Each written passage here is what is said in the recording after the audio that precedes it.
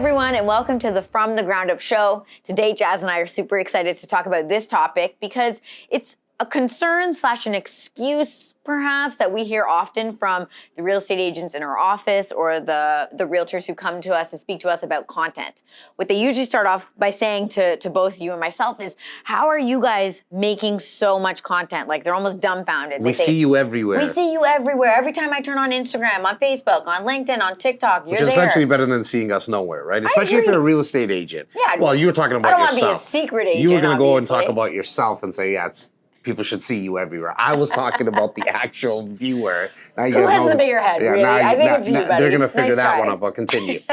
So we hear that a lot, and I think people just don't really understand that content creation is not necessarily always fun, but there is some things that you can do to help yourself out. Hacks. Some hacks, Some exactly. hacks, right? To make it easier. And the biggest hack we've come to learn is that you can start with one macro piece of content, like a podcast, particularly if it's video recorded, like this one. And what you can do with it is chop it up into all these micro bits. Yeah. Jazz, this was like your kind of brainchild, so to speak. So why don't you touch on where it came from and what tips you have? Well, to answer your first question, or like where it came from, I literally ripped this off, and so I hope everyone who's watching right now does the same and rips it off from us. I ripped this off directly from Gary Vee. So we steal, Yeah. so that means you guys can steal. I don't like calling it stealing. Borrowing? Like, maybe we had the permission because we did do a podcast with him. We met with his team. They told us to do this. He gave this out to the world, I think in like some 250-page content guide. We took it down and really dumbed it down because I needed to do that for myself, I think, more than anything else, and took it down to like a 39-page guide, which you have all access to. If you don't have it already, just whatever platform you're watching, just put it in the comments that you want our 39-page guide to what Laura's speaking about, where we take a 20-minute piece of conversation, of video, it needs to be recorded on video, and get, I don't know if you mentioned the number, but like if we don't get 15 to 18 pieces of content out of that 20 minutes, it's kind of like an insult to ourselves, But right? guys, think about that for a second. Yeah. 20 minutes of your time to record something. Yeah, there needs to be a little bit of thought about the topics that you want to say, but 20 minutes of recording time, and you're going to get 15 to 20 pieces of content. That could, if you're posting every single day, that could get you through half the month. And Laura, what if you just did like we've always done since we started this 3.5 years ago? What if you just did it twice, like in a month? So you did now you have 2 conversations totaling 40 minutes of your time, setting up, wrapping up, all that kind of stuff. Call it an hour. Call it 90 minutes of brainstorming of the topics and all of that, right? And so now you can take 20-minute conversations totaling 40 minutes, and now you can get 30 to 40 pieces of content in a month, and that's going to serve you for every single day on every single platform. Which means every day when you wake up, you already have the content there. You don't even have to think about it. And what I love about that is that your emotions generally don't get as involved in whether or not you create the content because it's already created. What do you mean about the emotions, though? So some days you just wake up on the wrong side of the bed, or something happens at home, or something happens on your way to work. There's a flat tire, whatever it is. You lost a client, you lost a deal in multiple offers the night before. Whatever it is, you might be in a bad mood, a sad mood, I don't give 2 F's mood, whatever the mood you're in, which might stop you from saying, let me turn on a camera and record myself. Because a lot of us, we're human. Yep. And when we're not feeling that good, we don't necessarily feel like being on display. Yep. And so by batching your content like this, it allows you, all you have to do now is post or get someone else to post for you. So it takes the emotional side out of it, and it allows you to still be consistent with your posting. Okay, so let's go right into it. So let's just talk about the 20-minute conversation that you're going to have. Either if you're really comfortable, you can go on, and I can probably, as you guys know, I like the sound of my own voice. I can probably go on 20 minutes by myself. It's a lot easier. I think you've done 12 hours by yourself.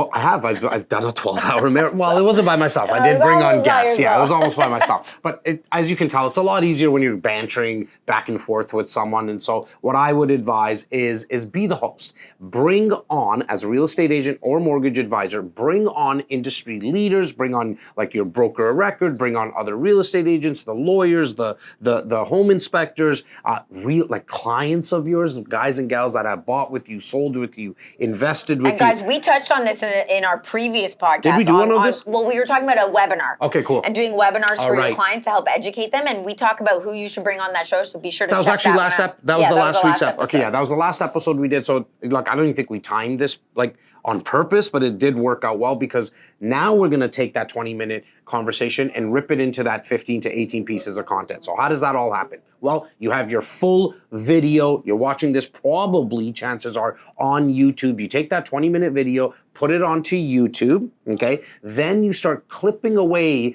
clips that were valuable, either something that you said or your guest said. Now, if you're talking Or for a mishmash between the two. 100%, like going back and forth like this, there has to be at least 3 video clips, at least 3 less than 1 minute pieces of valuable content that was said in that 20 minutes. So now you got your 3 pieces of 3 video clips. Then you rip out the audio, the full 20-minute audio, and you put that out on podcast platforms. You don't have to do them one by one. There's over 250 podcast platforms now. You're just going to put that out on a distributor, i.e. like a Libsyn, there's a Buzzsprout, there's Anchor, there's tons of them. They're all kind of the same. It all costs about $25, $30 a month. That's another piece of content. But don't stop there with the audio. Take that audio, put it into a software called Trint we use. You then transcribe everything that was said and you get the written word. This is where you, I think, like flourish in, Lord, where you get that written word. What do you do with all that stuff? Yeah, so me personally, my comfortable place in terms of creating content has been more around the written word. Yeah. It has taken me a long time to get comfortable to be on camera. It took me a while to get comfortable just to do an audio-only podcast, but it didn't take me a while to start writing. That's just where I'm comfortable. So I think that can be an easy place for people, particularly if they're just getting started, to start with a blog. So I take the Trint from the podcast and I do a write-up around it. Maybe there's 3 tips that were given in the podcast that I can make a new blog about, and I can send that to my clients as well. So that's another piece. Now, you take out of that transcription as well. Laura's talking about a full vlog. Did you mention, I think you mentioned you can write it, like you can put it on your website, but then you can also send it to your clients as an email. Exactly. Okay?